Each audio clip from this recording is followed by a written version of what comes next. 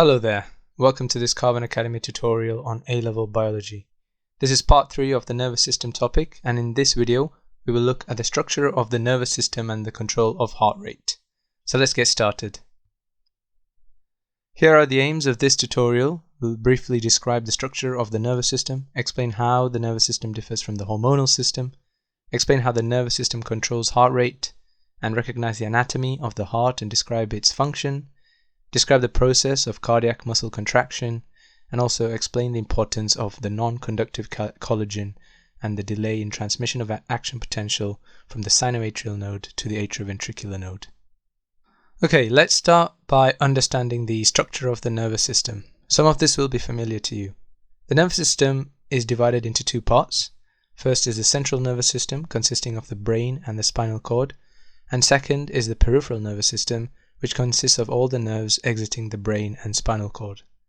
The peripheral nervous system is further divided into the somatic, which is involved in the voluntary control of muscles, and the autonomic, involved in the involuntary control of things such as heart rate. Autonomic can be thought of as automatic, although they're not the same terms. The autonomic nervous system is further divided into sympathetic and the parasympathetic nervous system. And this is all you need to know for A-level, and it's much more complex in real life. A point to note is that our body is controlled in two ways. One is nervous control and the other is hormonal. A common exam question asked is how these two systems differ, and they are as follows. The nervous system communicates to cells via electrical impulses and neurotransmitters, while the hormonal system does it through hormones. Nervous responses are rapid and localized, that is, specific to a location, while hormonal responses are slow but systemic, which is affecting the whole body. In addition, nervous responses tend to be short-lived, being in seconds, while hormonal responses can last many hours. A point to note is that nervous system can control the hormonal system, but this doesn't happen vice versa. You don't need to know the examples, but having a knowledge of this is useful. Now we'll move on to how the nervous system controls the heart rate. Heart rate is controlled autonomously. You don't have to think about it. Imagine if you had to. Two systems involved are the sympathetic and parasympathetic. The sympathetic nervous system, often referred to as fight or flight, increases the heart rate, while the parasympathetic nervous system, known as rest and digest, decreases heart rate. But when do we need to control heart rate? The two main reasons are whenever there's an increase in oxygen and glucose demand, or when blood pressure increases. So how does the nervous system increase or decrease heart rate? Let's say you've been exercising intensively. This is going to increase the carbon dioxide in your blood, which will decrease pH because carbon dioxide mixes with water to form carbonic acid. This low pH is detected by chemoreceptors, which I discussed in my previous video. These receptors send an impulse to the medulla, which sends a response via sympathetic neurons to secrete noradrenaline, a neurotransmitter. This chemical activates the sinoatrial node to increase the heart rate. Hope that made sense. The next question to answer is what happens when blood pressure is high. This is detected by baroreceptors present in the aorta and carotid sinus. And I say this because you do need to know where they are.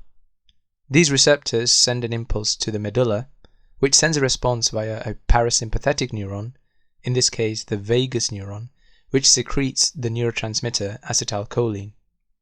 You don't need to remember the name of the vagus neuron, by the way. The acetylcholine activates the sinoatrial node, SAN for short, and this decreases heart rate. Now here's a summary of how the nervous system controls the heart rate. Do pause the video to take in all this information. Before we go on to understand how the sinoatrial node generates the heartbeat, let's briefly look at the gross anatomy of the heart. Many of this will be familiar from AS or GCSE. So the heart functions to pump blood around the body, and there are two circulations present. One is systemic, which involves the left side of the heart, and another is pulmonary, involving the right side of the heart.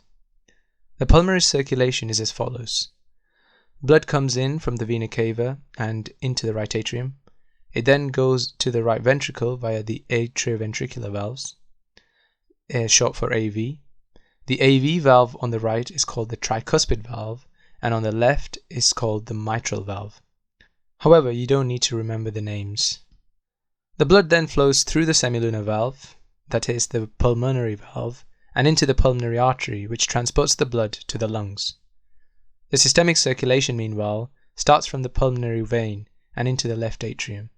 The blood then flows through the AV valve and into the left ventricle, and finally through the semilunar valve and into the aorta.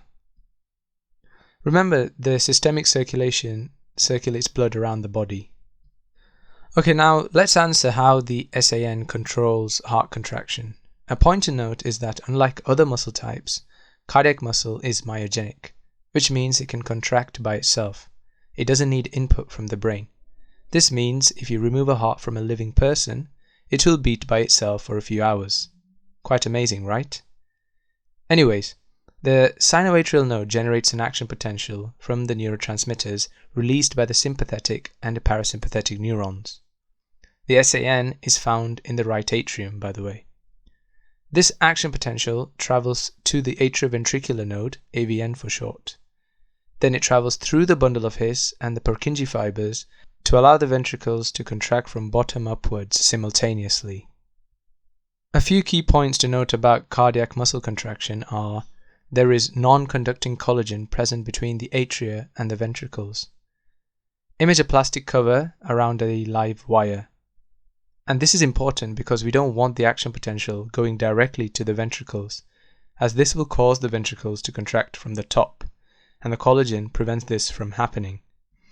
Another point to note is that there is delay in conduction between the sinoatrial node and the atrioventricular node, and it is shown by the flat line between the P and the QRS wave of an ECG. Don't worry about interpreting this is just to show you. This delay is important as it allows the atria to contract fully and empty blood into the ventricles. Hope that made sense. So here's a recap of the aims we went through in this tutorial. As usual, use these aims as questions to consolidate your learning. Thank you for watching, and I will see you in the next one.